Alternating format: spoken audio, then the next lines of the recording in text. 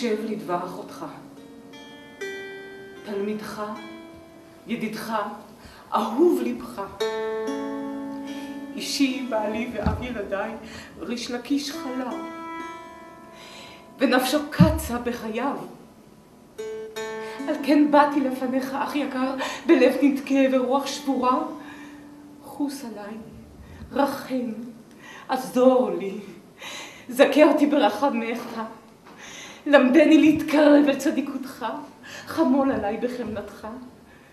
עזרני, סייעני, חזקני ואמצני, בוא ופייס אותו. רפא פצעי נפשו, השיבו אל החיים. נפשו קשורה בנפשך. אנא אהיה לאלמנה. עליי, אלמנותך אחותי. עליי כל מחסורך. אין. אלמנותך עליי תבטחי. הם לילדים רעבים. יתומייך. אני אחיה. אתה תחיה יתומיי? אמת. אתה תקיים אלמנותי? אמת. אתה תיקח האם על הבנים? אלוהי השמיים והארץ הוא יחלקו. אתה מפנה לי גבך, יוחנן.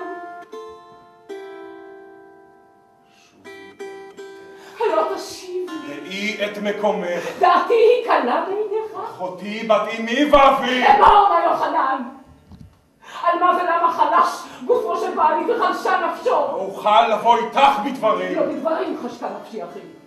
מבקשת אני אותך כי תבוא אל אישי ותשיב את נפשו. לא אעשה זאת. אם כך דורשת אני אותך. אישי וחקרי כאוות נפשך. דורשת אני אותך לדין תורה.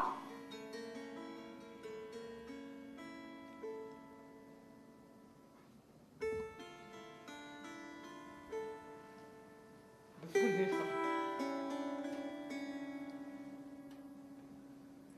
שהנך אב בית הדין ובפני כל תלמידיך.